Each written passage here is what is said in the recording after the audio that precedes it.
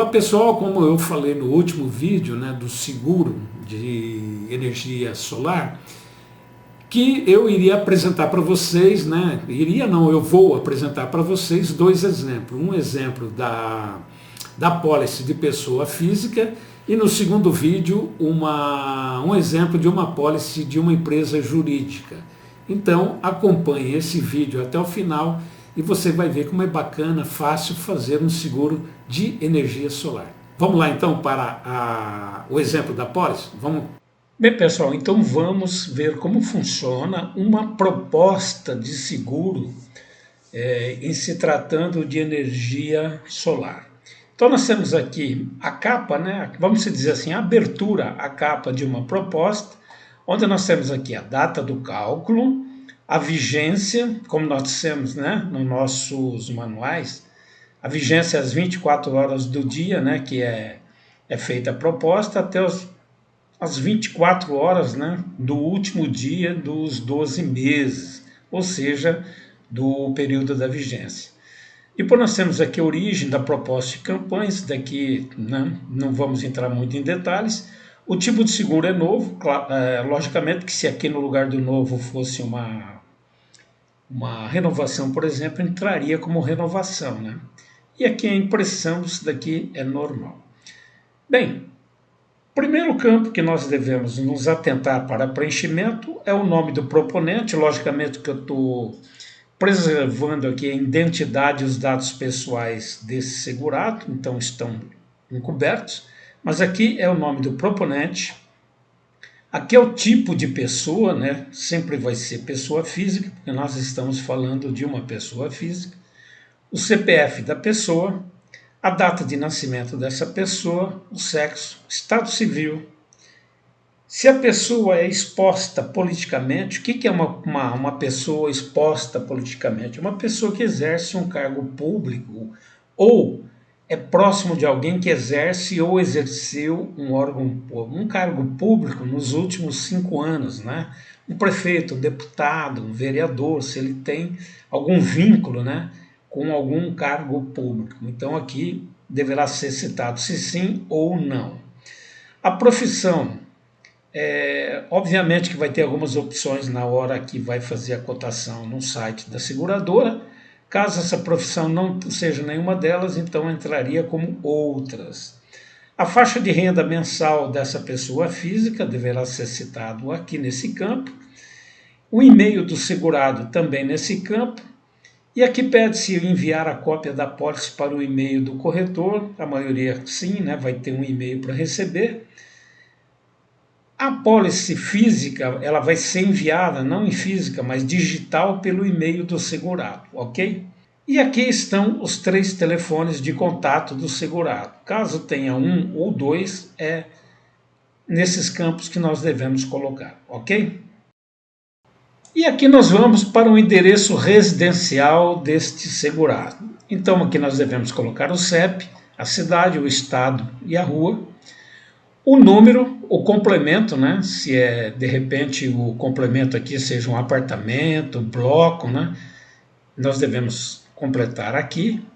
Se é bairro, se é centro, né? Nesse caso aqui está como centro. E o endereço de cobrança, se for o mesmo, a gente repete o mesmo endereço. Se for outro endereço para cobrança, nós vamos colocar o endereço correto aqui. As informações cadastrais do corretor, nós devemos colocar, né? No caso, a corretora de seguros, eu também estou preservando aqui os dados da corretora, o telefone e a participação dessa corretora, que sempre será, né, o 100%, e o e-mail da corretora. E aqui nós temos já o item 1, nós devemos preencher. Que tipo de equipamento? Logicamente que nós estamos falando aqui na relevância principal, ó. Observe aqui, relevância principal do equipamento, do sistema, ele é uma placa solar. Então o tipo de equipamento é placa solar, equipamento, placa solar, porque ele tem uma relevância muito grande, que é o equipamento, né? Vamos dizer assim, o mais... vamos dizer que é aquele que custa mais caro, né? Que é mais significativo. As marcas tem disponível no site, caso não seja nenhuma das marcas, colocam-se aqui. O ano de fabricação do equipamento, O modelo aqui nesse caso é o modelo fotovoltaico monocristalino, 120 células Bell Energy. Então aqui nós devemos colocar o modelo, né, da placa e aqui o número de série de chassi, que é geralmente o número de série das placas ou do inversor, ou seja, do equipamento. E aqui o endereço do equipamento. No endereço do equipamento é onde esse equipamento vai ser instalado. Então o CEP, a cidade, o estado, a rua, né, o número, o complemento, ou seja, o endereço completo onde será instalado o equipamento, que é onde é o risco que está sendo contratado e é o que vai prevalecer numa hora de um sinistro. E aqui tem um questionário, né? Assim como os outros seguros, aqui também tem um perfil, né? Que no caso aqui é um questionário. O equipamento é financiado? Nós vamos dizer se sim ou não. O equipamento é alugado ou locado a terceiro? Vamos dizer sim ou não.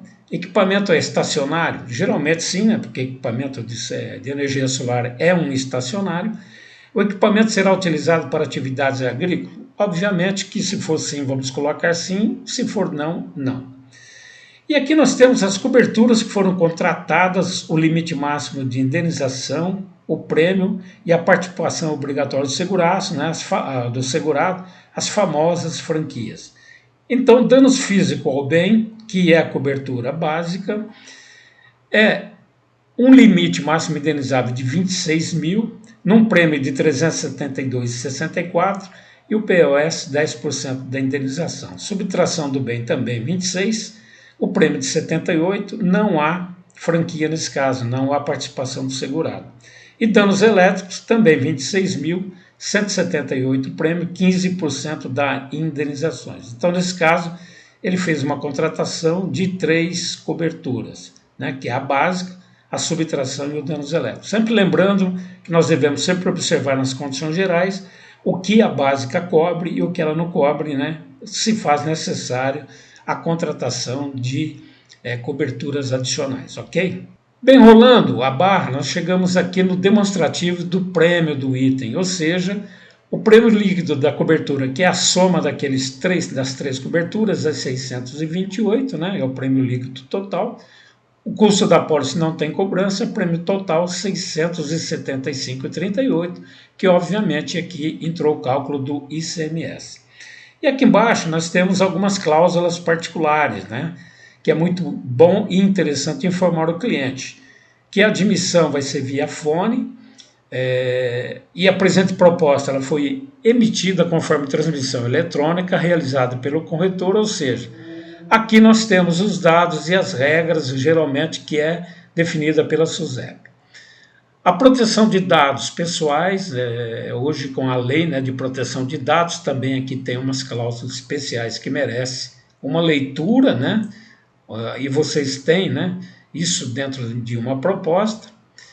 E aqui nós temos as citações das placas solares. Entenda bem, olha, fique entendido e acordado que quando o objeto informado na apólice tratar-se de placas solares, estarão amparados danos em decorrência de maremotos, terremotos, tremor de terra, erupção vulcânica ou qualquer outra convulsão da natureza, mantendo-se inalteradas as demais condições do presente contrato. Então, estão descobertos com todas essas convulsões da natureza.